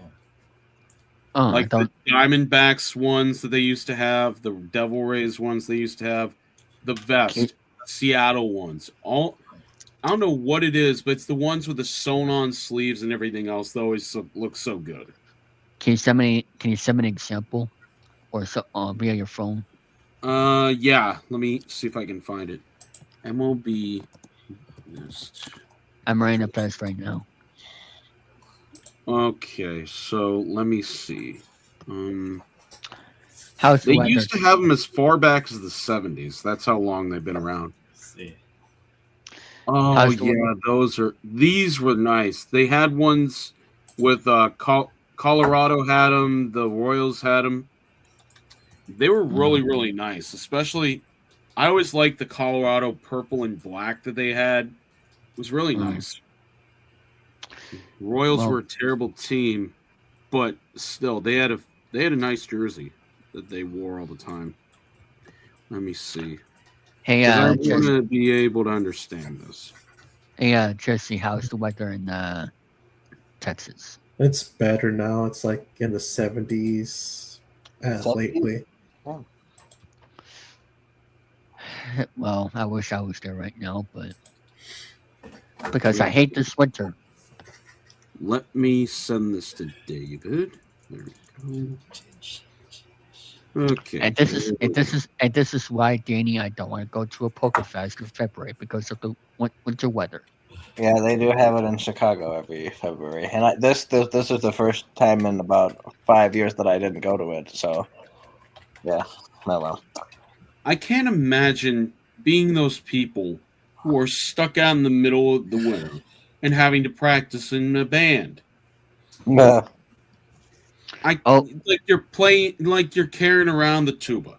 You're carrying around a tuba. You're going. Like Yeah. the Home Alone car. Oh yeah. The only issue I'd ever have with that is imagine if you don't keep your lips like not like lip gloss, but the lip balm. Yeah. So you don't get your lips stuck to the tuba. Oh yeah, that would suck too, wouldn't it? It just reminds me of A Christmas Story where one of the kids sticks his tongue to the frozen pole. Oh dear. Oh dear. That's immediately what comes to mind because I've had that happen where I was washing dishes and I had to go in the freezer at work. And I go to move one of the wet metal racks with wet hands that I thought it just dried. And I went like this. I go, and I go to pull my hands off and I go, yeah. I don't know if you can see it good, but no, those are what I was talking about. The ones with the sleeves and everything else. Oh yeah, I remember that. I miss them, but they'll never bring them back. Oh, also, Liam Hendricks to the Twins. That's a reuniting I've never thought I'd know about. I forgot he played there. Me too. That was his second team he ever played for, I think. Didn't he play in Oakland too, or am I mistaken? God. I think he played in Minnesota, Toronto, Oakland. I don't think he ever played with Houston though. He played quite a bit. He was a starter when he first started, so I don't really remember. But Liam Hendricks with no C. There you go. Technically, he'd be heading into his 15th year now if he had played in 2024. But he started off as a Twin, was terrible, was traded to the Blue Jays, played with the Royals, went back to the Blue Jays. Then he played 5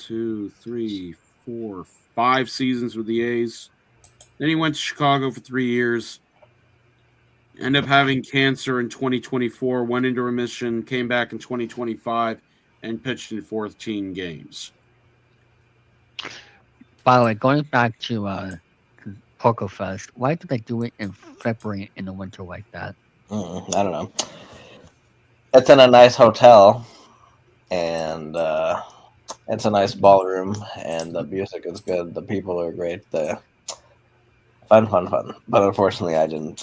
But I decided, I pretty much premeditated that I wasn't going because I met basically everyone that I've wanted to there, and I've been there for the last 4 years in a row. So if I took 1 year off, it wouldn't be a big deal. But I would agree, it would be more fun if they had it in a warmer part of the year. But beggars can't be choosers. Well, they wouldn't be able to wear their lederhosen if it was the warmer part of the year, I imagine. Well, they don't really do that at this Polka Fest, Joey. Okay, so this isn't your stereotypical Oompa Oktoberfest. It's more of a chill kind of a hotel, kind of a place, kind of a festival. I can't imagine those poor people sleep well at night. Oh no, yeah, that's the bad part of it. Yeah, you don't get much sleep because you're having a good time and you just want to get back to the partying. But the partying, yes, but it's just like imagine being next door to somebody who has to constantly practice. Yeah. A lot of these bands, they've been performing for, almost for at least 30, 40 years. They don't need to practice anymore because they're so good. I know. At what point does it become a noise complaint after a while? But I have one story from one of those festivals.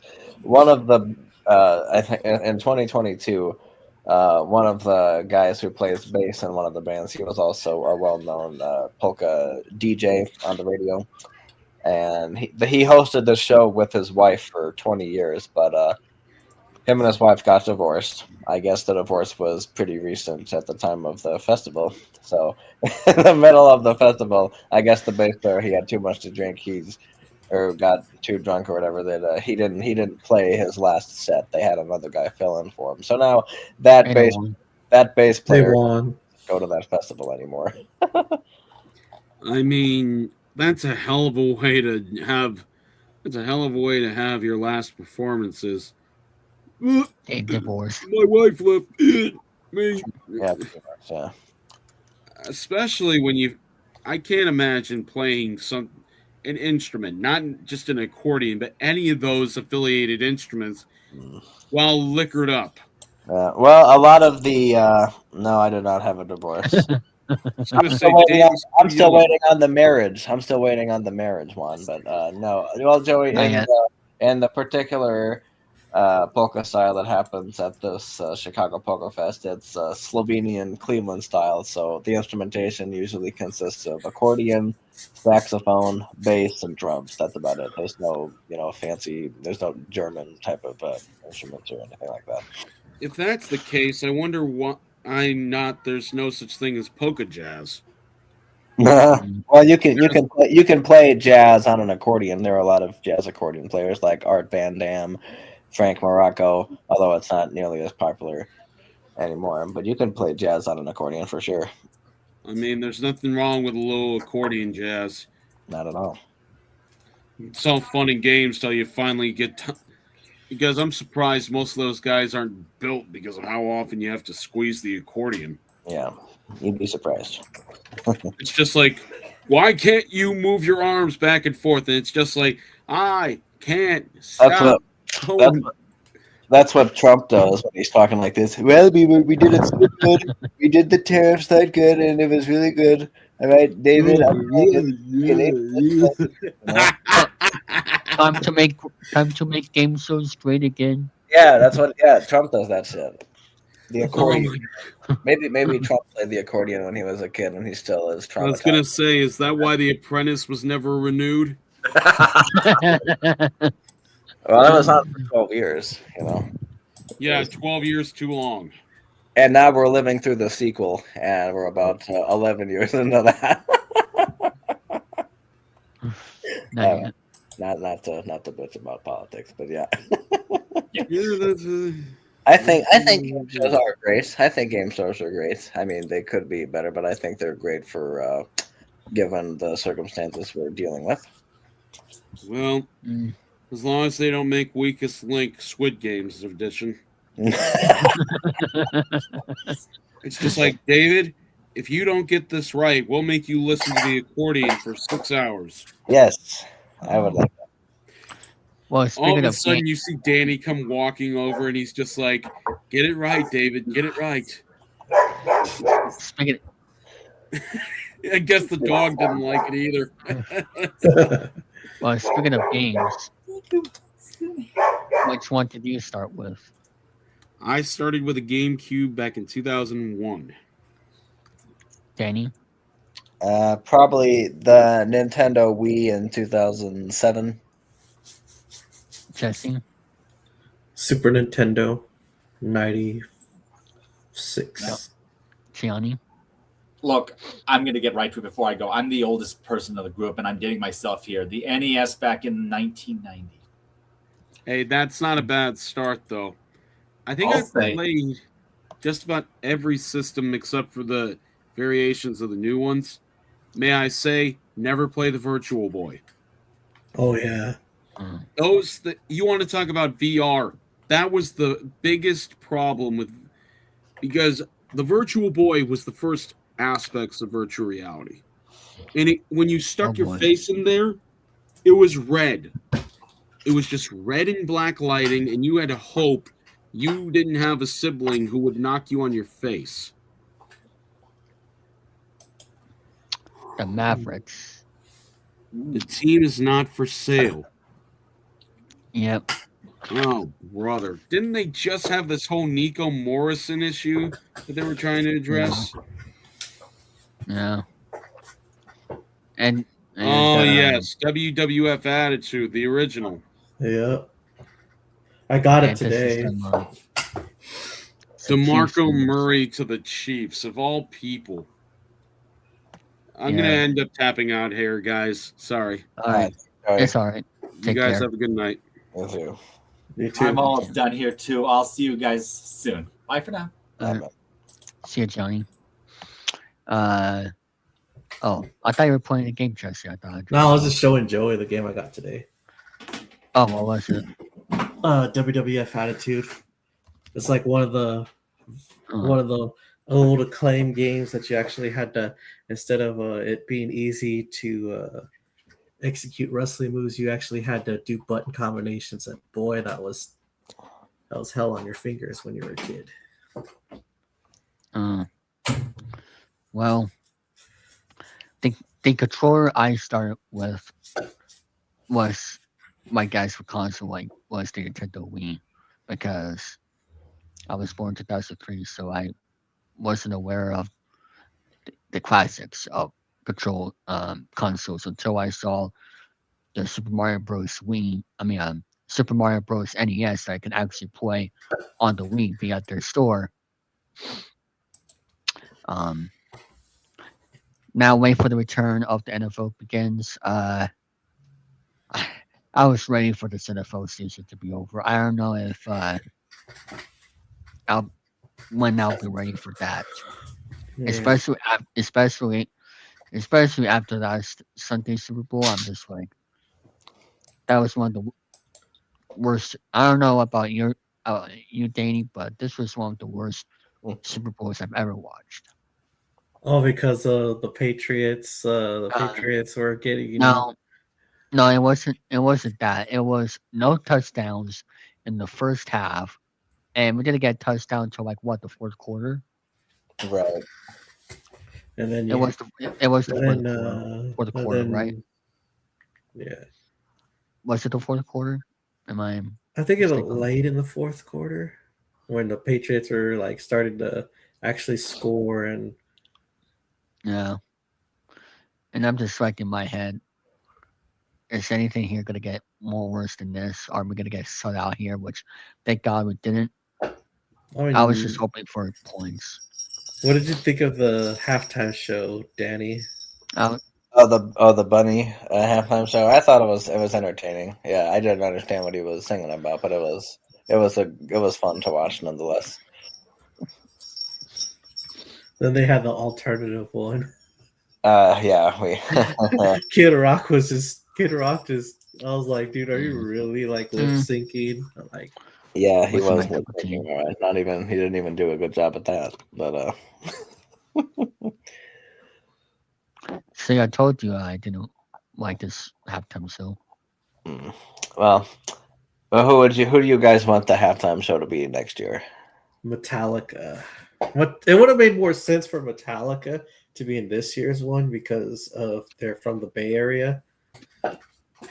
They started them, and the original four thrash metal bands were in the Bay Area, and they started that type of metal, and it would have made sense. But Bad Bunny, he's not my jam, but yeah. Yeah. I'm waiting for a Michael Bublé halftime show. I'm shocked. Taylor Swift hasn't done the halftime show by now. Not yet. Well, I'm surprised she hadn't, because Travis Kelce was playing all those times. Yeah. But, not even just hosting the halftime show, just being part of one. Yeah. Maybe it's a conflict. Like Lady Gaga, this past Super Bowl, at least she was part of it. Yeah.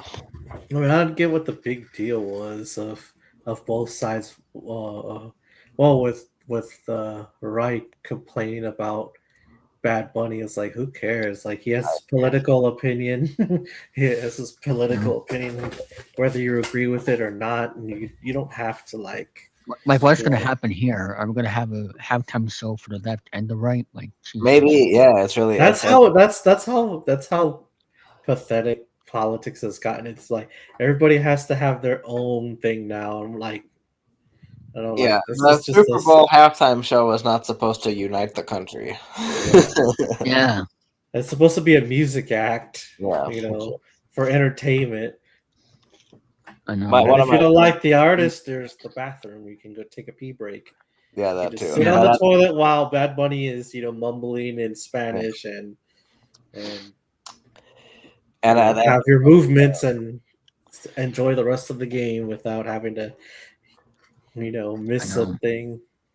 But And at the Super Bowl party I was at, most of us stayed upstairs to watch the Bad Bunny show, while a few of them went downstairs to watch the other one. And one of my friends said, "All right, we got done watching the Kirkle jerk." it's stupid. Like I just tuned off. I was curious about Jesus. the alternative one, and apparently Kid Rock said it was pre-recorded. I was like, oh wow, that's great, Kid Rock. Yeah. I would, yeah, Michael Bublé halftime show, Eminem halftime It was- show. That's wonderful. It's pre-recorded. Yeah, that's what he And said. Charlie Kirk one, yeah. Turning point, I should say.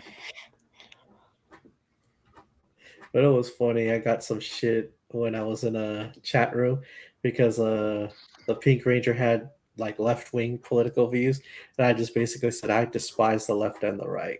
Okay. And some guy goes, "How brave and unique," and I was like, that's sarcasm. Yeah. I think he was either a righty or a lefty. I don't know. I just think MAGA's ridiculous now. It's like it was. Yeah, MAGA's and even some of them were pointing that Yeah. out. Like one of those guys, I'm not going to Right. mention his name, but he's the 20-something kid who has some controversial views, who recently got interviewed by Tucker and then Piers Morgan. He's saying that this the alternate halftime show was retarded because he's like, look, Kid Rock, no one under the age of 50 cares about Kid Rock. No one knows who he is. And this shit is going to drive the normies to the left. Yeah, he has a point. At this point, the normies are just worried about paying their bills. Exactly. They don't give a. Most people like. I'm gonna put it to you like this: I voted for John Kerry. I voted for Barack Obama in the present. I mean, under the guise of hope and change, and what happened? Nothing. And after that, I was like, fuck it, I'm done with politics because all it does is divide family. And then I jumped up on the Trump train, and then I was like, you know what, I'm done.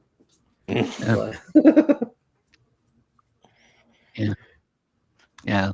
Because if you say But, if you I'll be right have a difference of opinion I'll be on right both back. sides, like if you're against the left, you're racist. If you're against the right, you're woke. You can't win with these ones. And if you don't want no part of anyone, you're complacent with the current administration. And I'm like, no. I was like, I'm not complacent. I was like, George Carlin said it best. Yeah. It's a big club, is what he said. Yeah. Here's a campaign slogan: society sucks and there's no hope. I remember when he said that. I think I remember that. Yeah. I was gonna do that in AI. Like, I did a fake campaign one where I run for mayor of San Antonio, and I called it the San Antonio liberal shithole with trash. As a wrestler, it's funny. I wonder what George Carlin would think of today's political climate. He probably would be making fun of it. Like, he would be making fun of it hardcore. He would be roasting both sides. Yeah. Knowing him, because that guy was a critical thinker, very intelligent comedian. Yes. Very fucking funny too for his time. Mm-hmm. I remember when he was in his prime, and he did that one comedy show, and he named the words you can't say on TV. Yes, that's a very famous bit. Yeah. Yeah.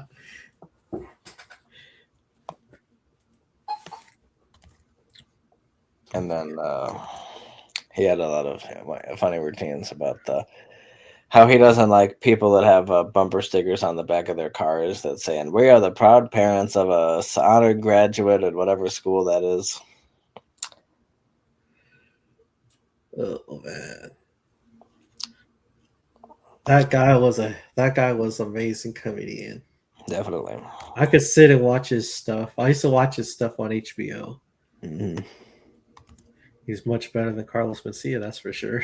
I haven't watched any of his stuff. I used to. I mean, we knew he was pretty nice. He was pretty cool to us. You know, he let us into shows a couple of times. We went to Hooters and ate after his shows. So he's a pretty cool dude. It's just that, you know, he got that him and Joe Rogan got into that feud and he never was the same since. Yeah, I remember that. Gabriel Iglesias, though, he's funny. Yeah, he is.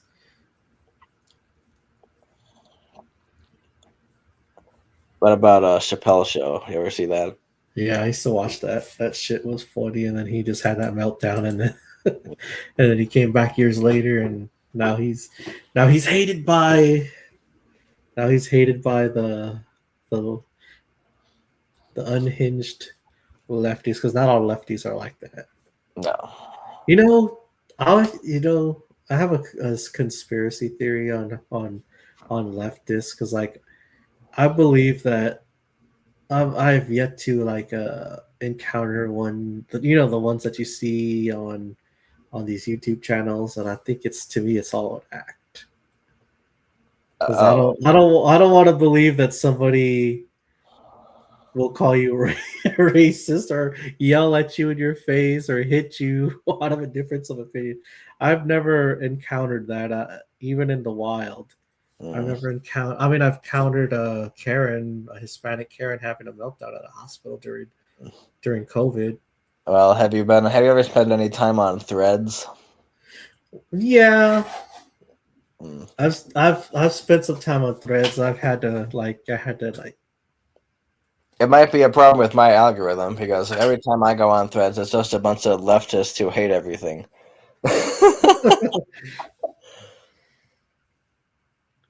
Crazy. David, drink it. Yeah, it's my ice cream here. Oh, ice cream. Oh, okay. It was either From that your or favorite restaurant. it was either ice cream or you put something else in that cup.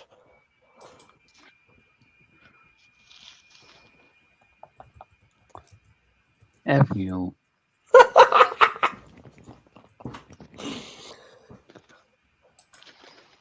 Anyway. Ice cream is great. Yes.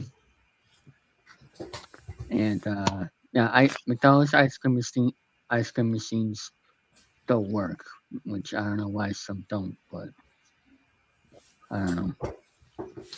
But what were you talking about while I was gone? George Carlin. George Carlin of politics.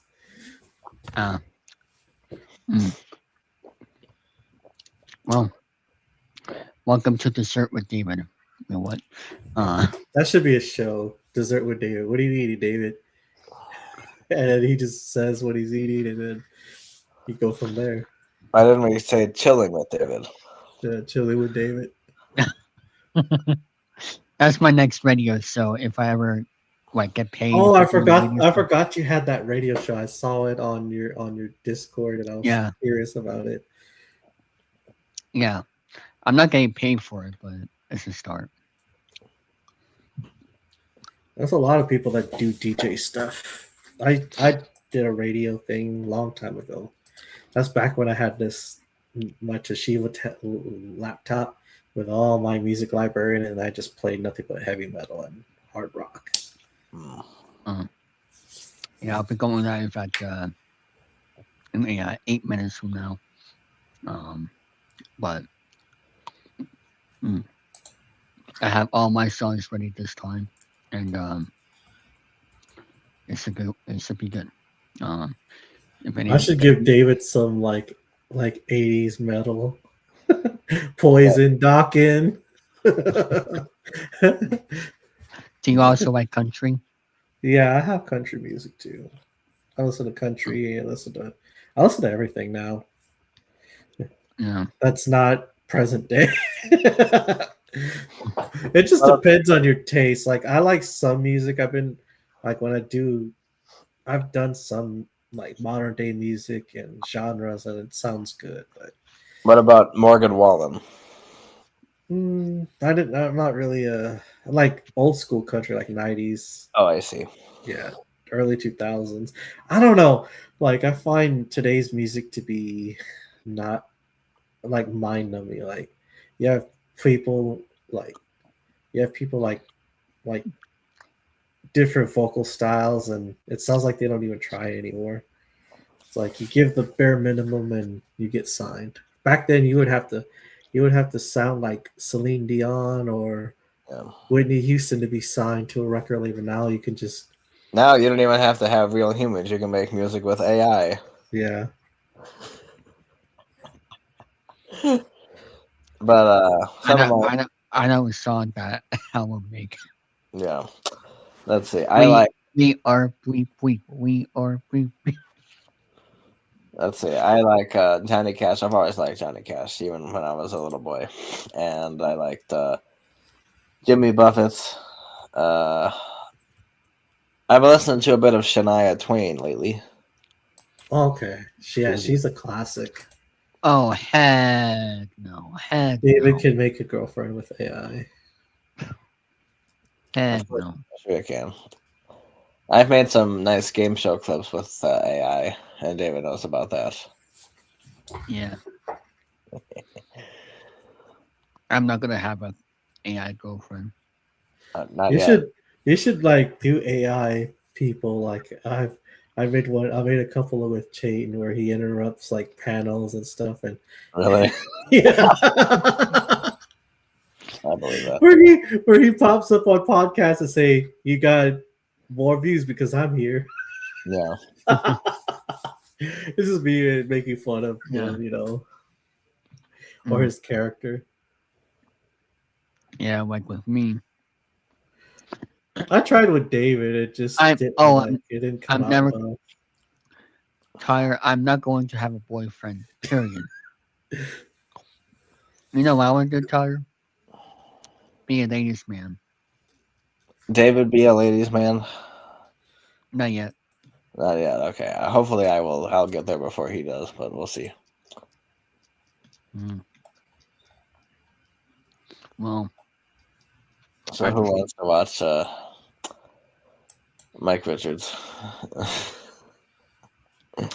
I saw that video clip of Mike Richards when he had that Nintendo Wii, and I was like, "Oh, so this dude plays video games." Well, there never was meant to be a divided Wii game.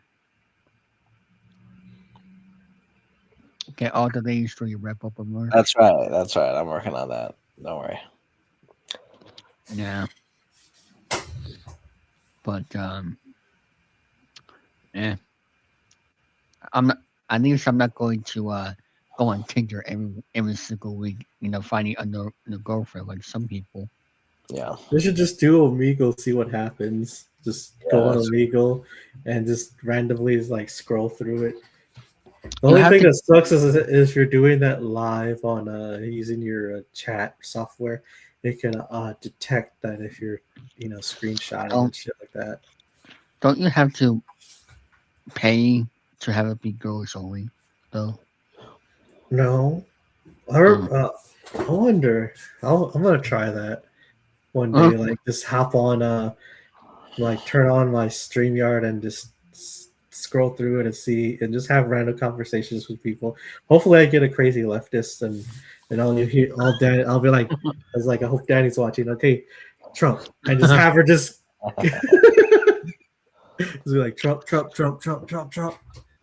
That doesn't even, you don't even have to say Trump anymore. Just say like someone who's a moderate person on the left, like say Bill Maher. That's enough to trigger up nowadays. Bill Maher.